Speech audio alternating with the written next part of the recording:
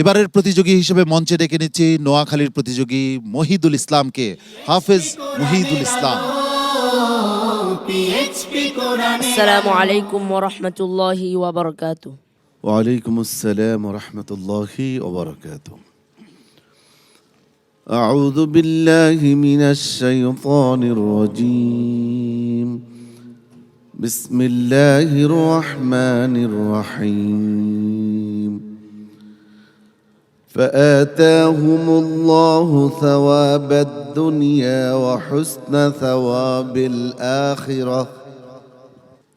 أعوذ بالله من الشيطان الرجيم.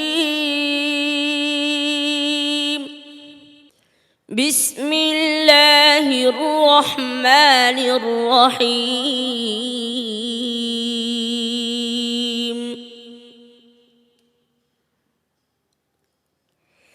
فآتاهم الله ثواب الدنيا وحسن ثواب الآخرة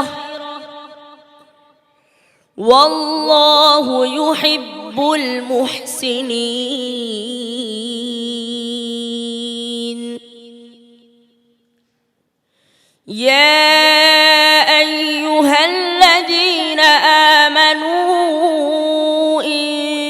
تطيعوا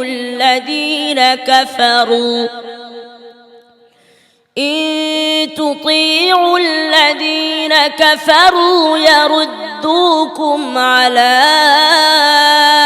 أعقابكم فتنقلبوا خاسرين.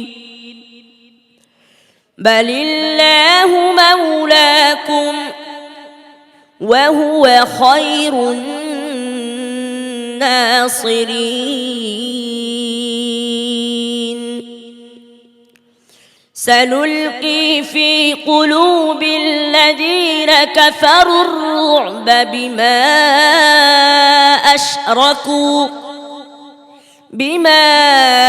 أشركوا بالله ما لم ينزل به سلطانا ومأواهم النار وبئس مثوى الظالمين.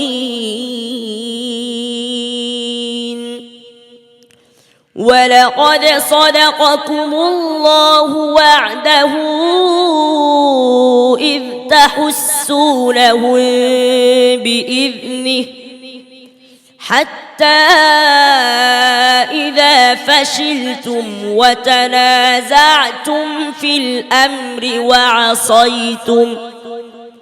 وعصيتم من بعد ما أراكم مما تحبون منكم من يريد الدنيا ومنكم من يريد الآخرة. আবার পড়ো তো বাবা পিছন থেকে। حتى إذا فشلتم وتنازعتم في الأمر وعصيتم من بعد ما أراكم ما تحبون منكم من يريد الدنيا ومنكم من يريد الآخرة ثم صرفكم عنهم ليبتليكم ولقد عفا عنكم والله ذو فضل على المؤمنين. حسبك. صدق الله مولانا العظيم. মাশাআল্লাহ। প্রিয় দর্শক, আমি মহিদুল ইসলামের চমৎকার তেলাওয়াতে মুগ্ধ। তার কণ্ঠস্বর, তার সুর, সব কিছু মিলিয়ে আমি মুগ্ধ। নাজমুস সাকিব মেন্টর হিসাবে মহিদুল ইসলামের পারফরমেন্সে খুশি? আলহামদুলিল্লাহ অনেক ভালো হয়েছে। একটু ঘাবড়ে যাওয়ার কারণে কিছুটা মিস্টেক হয়ে গেছে। সামনে ইনশাল্লাহ আশা করব আরও চেষ্টা করবো ইনশাল্লাহ। সম্মানিত বিচারক হাফেজ মাওলানা আবু ইউসুফ, মহিদুল ইসলামের পারফরমেন্স কেমন হয়েছে? মহিদুল ইসলাম, ধন্যবাদ। ভালো তেলাওয়াত।